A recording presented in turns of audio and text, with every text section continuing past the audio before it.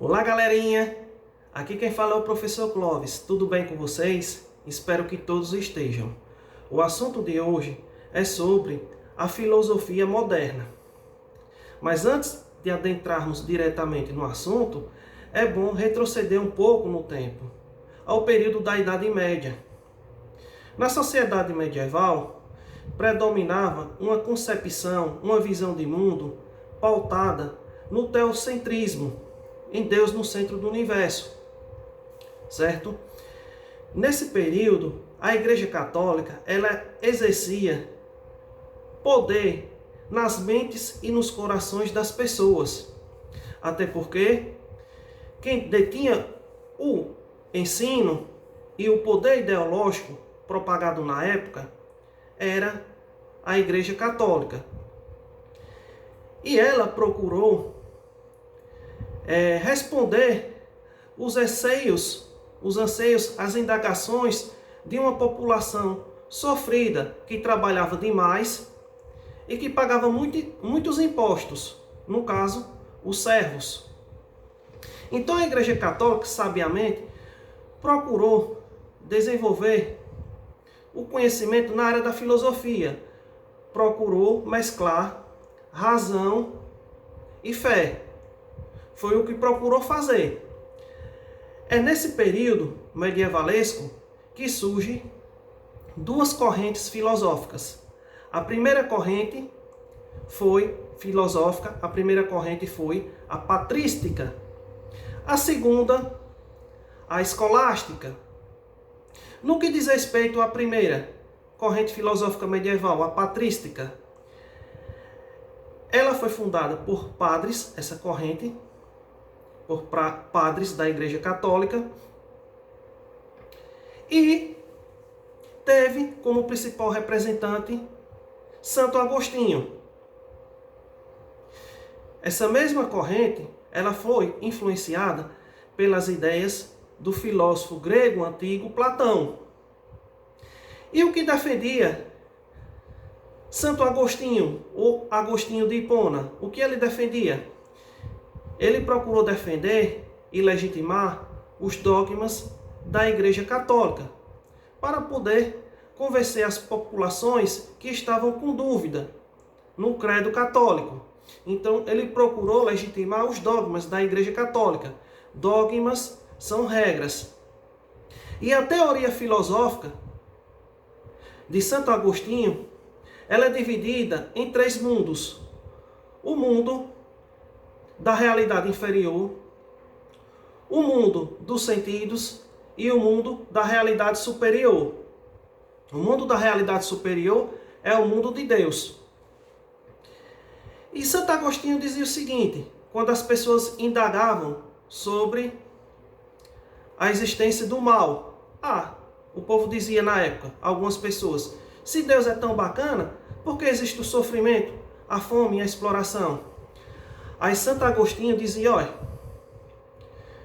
não existe o mal, não existe sofrimento, não existe o mal, só existe o bem. E o bem é Deus. O mal, dizia Santo Agostinho, o mal não é nada mais, nada menos que uma denominação criada pelas pessoas erroneamente para taxar a ausência do bem como mal. Mas na verdade só existe o bem em Deus. Ou a ausência de bem ou a ausência de Deus. Se você está numa dificuldade, não é porque você está mal, está mal. É porque você está com a ausência de Deus, a ausência de bem. Então não existe o mal para Santo Agostinho. Ele defendia isso. Aí depois vem a segunda corrente filosófica, a escolástica. Tem esse nome porque foi elaborada em escolas e universidades católicas e sofreu a influência do grande filósofo da antiguidade clássica, Aristóteles. Qual o principal representante da corrente filosófica medieval escolástica? São Tomás de Aquino. São Tomás de Aquino, ele procurou demonstrar a existência de Deus. Para ele, existe um ser supremo, Deus, que é o motor e o criador de todas as coisas existentes no mundo. Então, essas duas correntes filosóficas medievais procuraram defender e legitimar o poder da Igreja Católica e, ao mesmo tempo, tentar responder às indagações de algumas pessoas que, de certa forma, contestavam a Igreja e o credo católico na época, beleza? Aí vem o período renascentista, que na verdade é o que vai influenciar a filosofia moderna. Os renascentistas trazem outra concepção de mundo. Enquanto os filósofos da Igreja Católica do período medieval defendiam que Deus era o centro do universo, do mundo, e que a Terra era o centro do universo, pois os outros planetas orbitavam em torno da Terra, vem os renascentistas e diz o seguinte: não, o centro do mundo é o homem, a obra mais perfeita de Deus. Então, cria-se uma nova concepção, visão de mundo que valoriza o homem, o antropocentrismo, que é uma teoria contrária ao teocentrismo, teo de Deus, centrismo, centro do mundo. Os renascentistas também elaboraram uma teoria, a teoria heliocêntrica. A teoria heliocêntrica, hélio de Sol, cêntrica de centro, o Sol no centro do universo, certo? Então, para os renascentistas, especificamente para Nicolau Copérnico e Galileu Galilei, que criaram essa teoria, os planetas orbitam em torno do Sol. E não o contrário. Os planetas e o Sol orbitam em torno da Terra. Não, isso está errado. Para eles, os planetas orbitam em torno do Sol.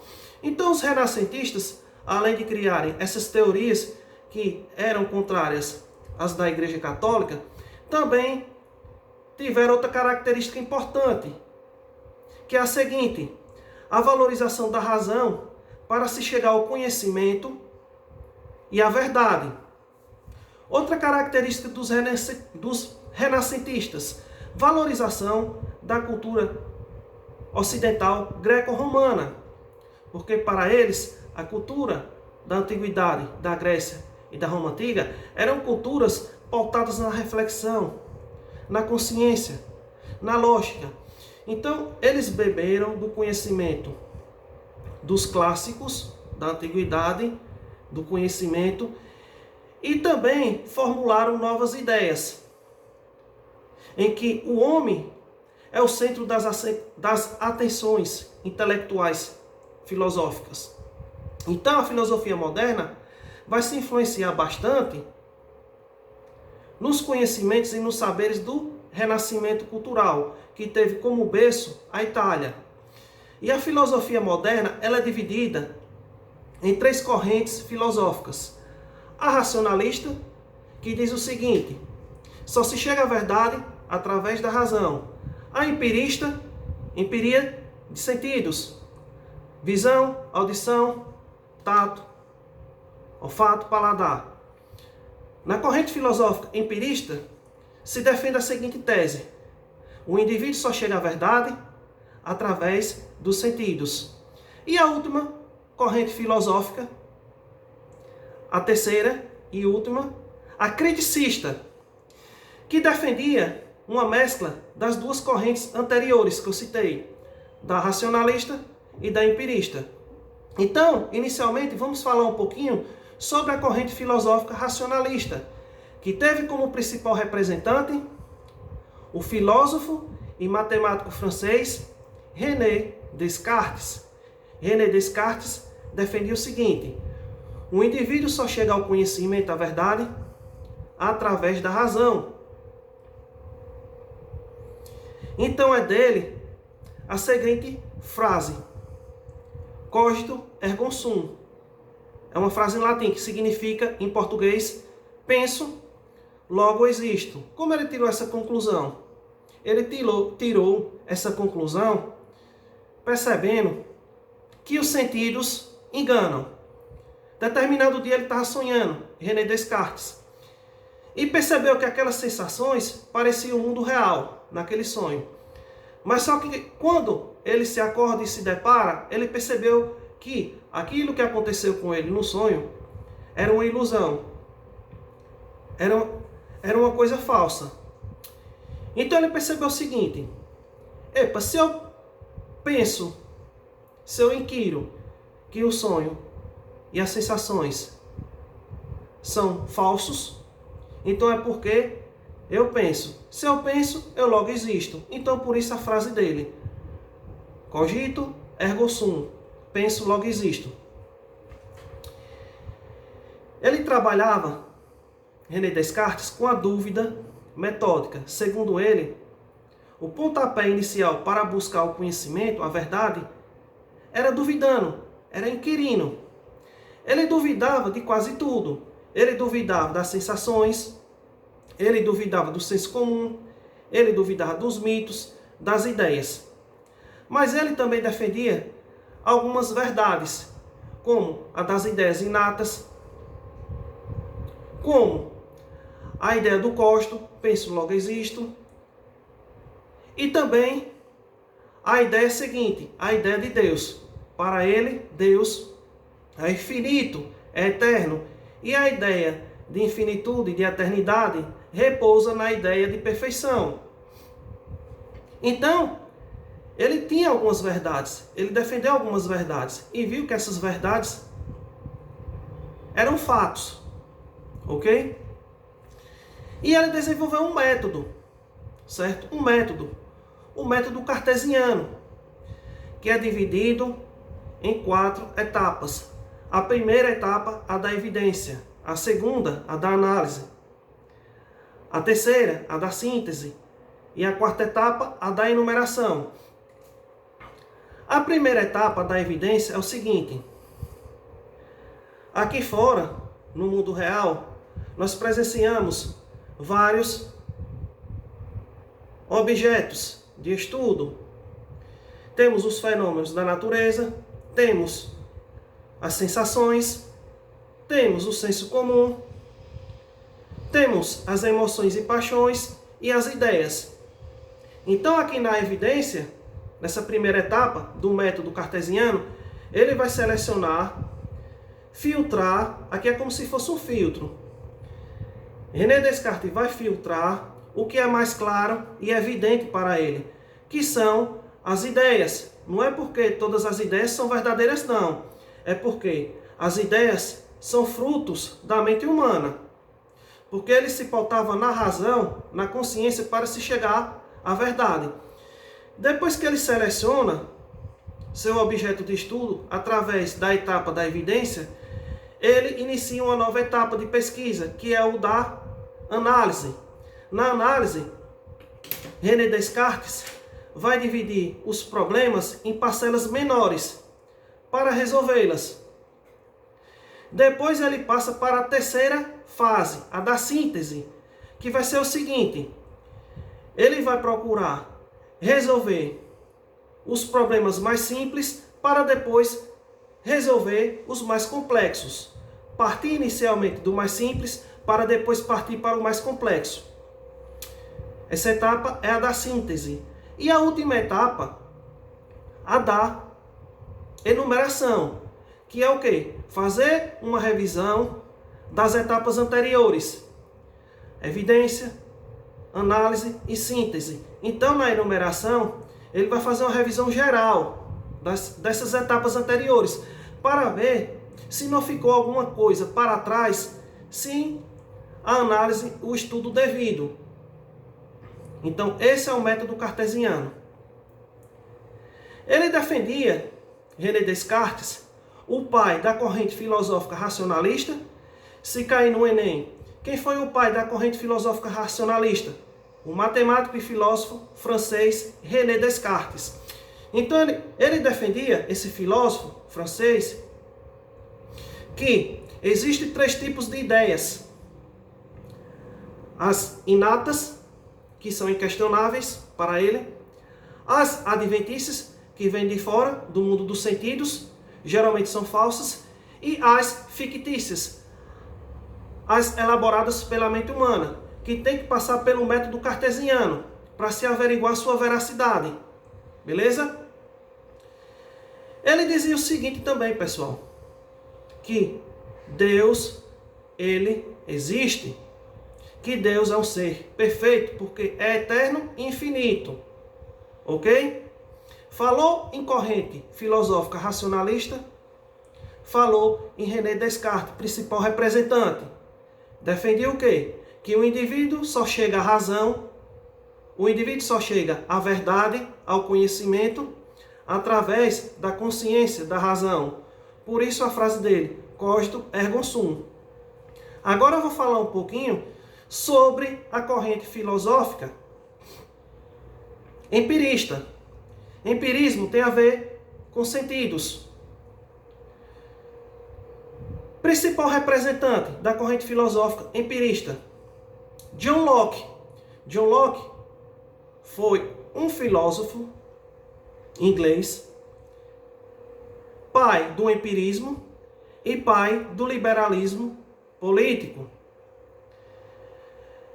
Ele dizia o seguinte: os indivíduos, as pessoas, só podem chegar à verdade através dos sentidos. Ou seja, defende o contrário do que defendeu René Descartes. René Descartes dizia que era através da razão que o indivíduo chegaria à verdade. John Locke, não. Diz que é através dos sentidos que o indivíduo vai chegar à verdade. Então, ele contestou as ideias inatas de René Descartes.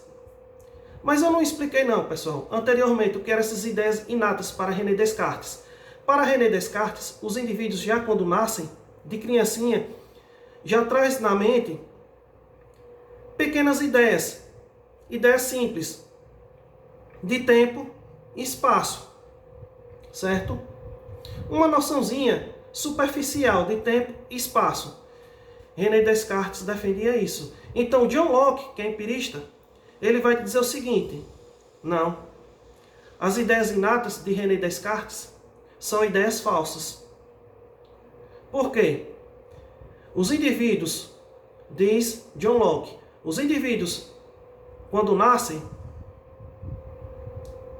apresentam uma memória, uma mente, como uma tábula rasa. Uma folha em branco que vai ser preenchida ao longo da vida através das experiências cotidianas. Para John Locke, a mente do indivíduo ao nascer é como se fosse uma tábula rasa, uma folha em branco, que vai ser preenchida ao longo do tempo através das experiências sensitivas cotidianas. Olha aí. Enquanto René Descartes dizia que o indivíduo já nasce com ideias, embora ideias simples e superficiais, John Locke diz que não.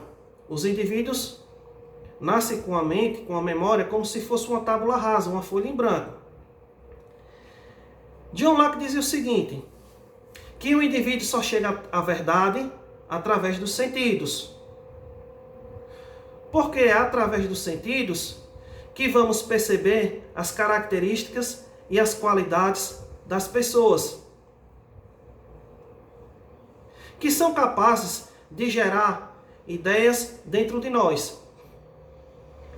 John Locke dizia o seguinte também, pessoal, que a reflexão da mente humana é a representação daquilo que ocorre dentro dela. A reflexão é a representação daquilo que ocorre dentro dela. E você só se chega à verdade através dos sentidos. Ok? Então vamos para o segundo filósofo da corrente filosófica empirista, que foi o britânico, especificamente escocês, David Hume.